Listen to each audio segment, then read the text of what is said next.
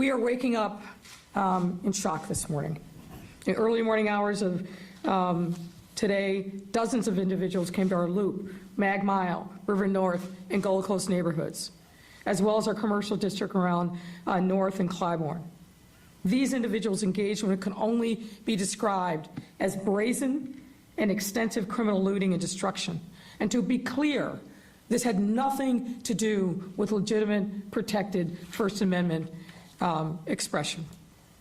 As the superintendent said, we are currently investigating reports that this activity was connected to a shooting and resulting activity that took place in Inglewood yesterday.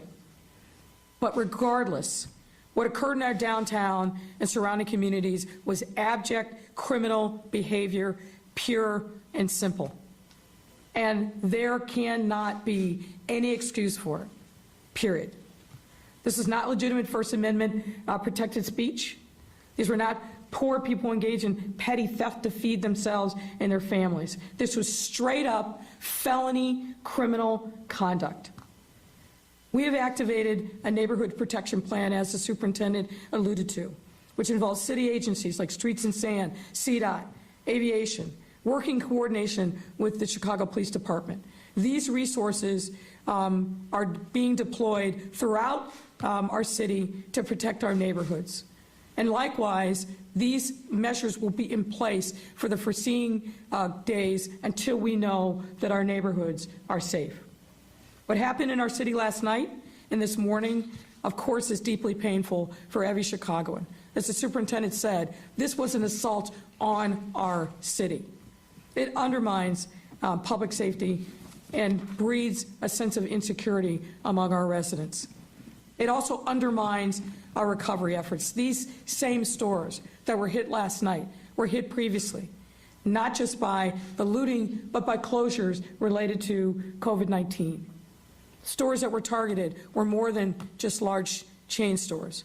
They were all small businesses and restaurants, representing our city's jobs and livelihoods, all of which were in the process of recovering or on the verge of recovering and getting back to work. And now this. I want to give my sincere thanks to the men and women of our police department for their professionalism throughout these very difficult times, not just last night. To our residents, I want you to make sure that we are doing everything that we can to secure your homes and stores and to allow you to return to your daily activities safely and securely. And to our businesses, we will continue our efforts working with you and redoubling our efforts to support you in your efforts to reopen and recover. And to those who engage in this criminal behavior, let's be clear. We are coming for you. We are already at work in finding you, and we intend to hold you accountable for your actions. I don't care. I do not care whatever justification was given for this. There is no justification for criminal behavior ever. You have no right to take and destroy the property of others. Our residents deserve to be safe. Our businesses deserve to understand and enjoy safety and security of their property and in their employees. And our police officers deserve to be able to do their job without having to worry about shots being fired, projectiles being thrown, and being maced. This is not anywhere near acceptable. And I call upon our state's attorney and our courts to make sure that these individuals who are arrested and those to come are held accountable. Put your best people on this. We have made the case. We have the video. We have the officer testimony. These people need to be held accountable and not cycled through the system. And judges that are holding these cases, you need to step up and be responsible. We can't continue to allow this to happen. And as the superintendent said, for people to believe that there is no accountability through our criminal justice system. No one wants to hold people in jail because they are poor. But people who engage in this kind of criminal activity, they need to be held accountable.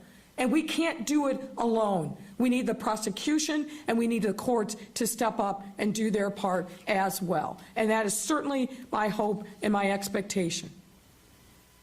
The gains that we have been able to make as a city through all these challenges, the pandemic, the righteous uprising in the wake of the murder of George Floyd, the other things that we have done to demonstrate that Chicago is back and resilient. We've been able to do this because we stood together, shoulder to shoulder, neighborhood to neighborhood, neighbor to neighbor. And we can't abandon that which has served us well over this most difficult time. But part of that means that we have to also step up in a time of challenge like this one and give no shelter to the criminals. You've heard me say this before. The people who are the shooters, as well as the people who are the looters. People in neighborhoods know who these folks are. This is your time to step up and demonstrate your allegiance and your loyalty to this city and report these people who are engaged in criminal activity. We cannot do this without you, and we need every single person with knowledge or information to step up. You can do that anonymously by calling the tip line. But we need people to step up. We are not going to let our city be taken over by criminals and vigilantes, no matter who they are, what they're doing. This is a time for us all to step up, and we will do just that.